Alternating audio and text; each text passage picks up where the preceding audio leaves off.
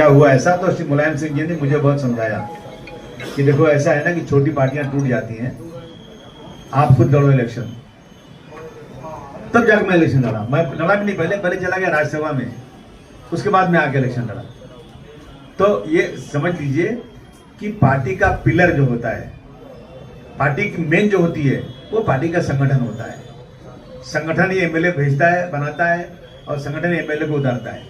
संगठन नगर सेवक बनाता है, संगठन हटाता है, चाहे एमपी हो या कोई भी हो।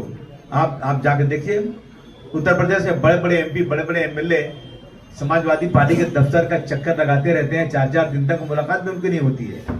लेकिन संगठन का जो अध्यक्ष है ना, वो अखिलेश जी के साथ बैठता है अंदर, और वो सब उससे बात होती है। अगर मुझे कहीं मीटिंग करना है या अखिलेश जी को कहीं मीटिंग करना है, समझो आजमगढ़ जाना है अखिलेश जी को, तो वहाँ कितने एमपी हैं?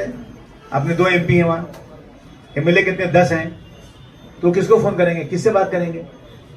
वो वहाँ के अध्यक्ष को बोलेंगे, जो अध्यक्ष वहाँ पर हैं, दरोगा सरोज, कि भाई मुझे इतनी तारीख का कार्यक्रम है, सॉरी हवलदार यादव, कहें भाई इतनी तारीख का कार्यक्रम है। फिर वो बुलाएगा सबको, सबसे कहेगा कि अखिलेश जी का प्रोग्राम है, सब लोग मेहनत कीजिए। तो किसी के दिल में ये धारणा है कि नहीं, मैं ही सब कुछ जो मुझे बोलना चाहिए तो भूल जाए, कभी नहीं होगा। कभी होगा तो सिर्फ और सिर्फ संगठन के साथ ही होगा। और काहे कोई जीते या न जीते, कुछ नहीं है। हमारा संगठन शीशा पिलाई दीवार की तरह होना चाहिए। संगठन इतना मजबूत करो कि लड़ने वाला मजबूर हो जाए तुम्हारे पास घुटने टेक करके आज तुमसे बात करे कि अगर ये सब मेरे साथ नहीं रहेंगे तो मैं इलेक्शन जीत नहीं सकता हूं। ये जरूरी है। तो अब मैं आपसे कहना चाहता हूं, देखिए इलेक्शन आ रहा है अभी, यहाँ एमएलए कौन लाया? एमएलए को आप लाया। एमएलए की पहचान किसने कराया? एमएलए को टिकट किसने दिया? अखिलेश जी ने टिकट नहीं दिया है। अगर कोई कहता है कि अखिलेश जी ने टिकट दिया, बिल्कुल भूल इसकी है। जब तक मैं अध्यक्ष हूं ना, टिकट मैं ही दूंगा। जब मैं नहीं रहूंगा ना, तो फिर जो चाहे जिसको चाहे देवे। मेरे को आज तक मुलायम सिंह यादव जी से लेकर आज तक कभी भी मुझे इंटरफेरेंस नहीं हुआ। एक बार एक आदमी चला गया था बस्ती का, कुछ लोगों को लेकर मुलायम सिंह यादव जी के पास, और उसने कहा कि आसिम भाई साकी नाका का टिकट, मुलायम सिंह का फोन आया कि मेरे पास आए हैं लोग, साकी नाका का टिकट, ये जो है हसन अली साहब जो है उनको टिकट मिलना चाहिए अबू आसिम, मगर मैं तुमको ये नहीं बोल रहा हूँ तुम टिकट देना, मैं कह रहा हूँ इसको भी कंसिडर करना, अगर लगे अच्छा तो देना, नहीं तो मत देना। कौन? मुलायम सिंह यादव मुझे कह सकते हैं ना आप 3 टिकट उसको दे दो, तो क्या मैं नहीं दूंगा? लेकिन कभी उन्होंने मुझे कहा, उन्होंने मुझे सिर्फ जगह देखो ऐसा कह रहे हैं करना। अभी एक मैटर हो गया था अंबानी का,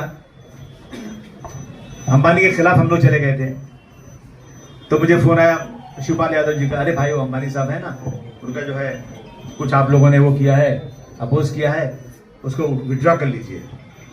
मैं कुछ बोला नहीं। फिर उनके मैनेजर का फोन आया कि आपको फोन आया था क्या उनका?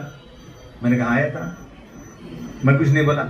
नेताजी का फोन आया, सुनो, मुलायम सिंह का फोन आया कि देखो अंबानी जी का मैटर है, आपको जो ठीक लगे वही करना। ऐसा नहीं कि अंबानी जी हैं तो आपको मैं कहूंगा नहीं आप उनका काम, आप जो है उनकी बात मान लीजिए, बिल्कुल नहीं। हमारे नेता का एक कैरेक्टर था, तो हम लोग उनके साथ काम करते हैं। कभी उन्होंने नहीं मुझे कहा कि आपको ऐसा करना चाहिए, ऐसा करना, का भरोसा। और नेताजी अपने भरोसा करते थे, अखिलेश जी भरोसा करते हैं। टिकट बांटूंगा मैं ही, टिकट कोई माई कला दूसरा बांटेगा नहीं। हाँ, मैं कंसिडर करूंगा, मैं अकेले नहीं बांटूंगा। पहले भी मैंने कभी बांटा क्या टिकट यहाँ का? पहले भी कमेटी बनी है, मैं अब कह दूं नहीं भाई नोमानी भाई तुम भी मालिक हो, तुम बांटो टिकट, कमेटी बनेगी। पिछली बार एक बार हमने यहाँ पे अपना अरफात और अपने ये रशीद ताहिर और फरहान किसको लगा दिया था, गड़बड़ कर दिया उन लोगों ने, सब वो छोड़ दिया, बोले फरहान को बोले तुम बांट दो, वन इंडिविजुअल बांटा उन्होंने टिकट। अभी हम कमेटी बनाएंगे, लोग एप्लीकेशन करेंगे। आप ये चाहेंगे ना कि भाई अच्छा आदमी चुन के आए। अगर एक जगह में 4 लोग टिकट मांग रहे होंगे, टिकट एक ही को मिलेगा, तो कैसे किसी को टिकट देते हैं? कुछ पैमाना तो होना चाहिए ना।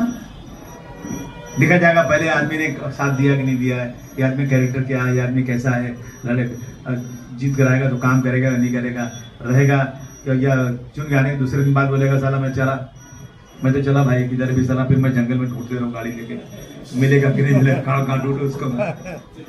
हाँ हाँ, तो भाई हमें क्या फायदा है ये सब करके? मैं एमएलए तो बन गया ना, छोड़ दो जरा, मैं क्या सबके पीछे भागते रहूं? मैं क्यों यहाँ भागते रहूं? मुझे तो ना, अगर मैंने फरहान जब इलेक्शन लड़ा यहाँ पे तो अलायंस था क्या? नहीं था अलायंस। और जीत क्या लड़ा दिया मैंने।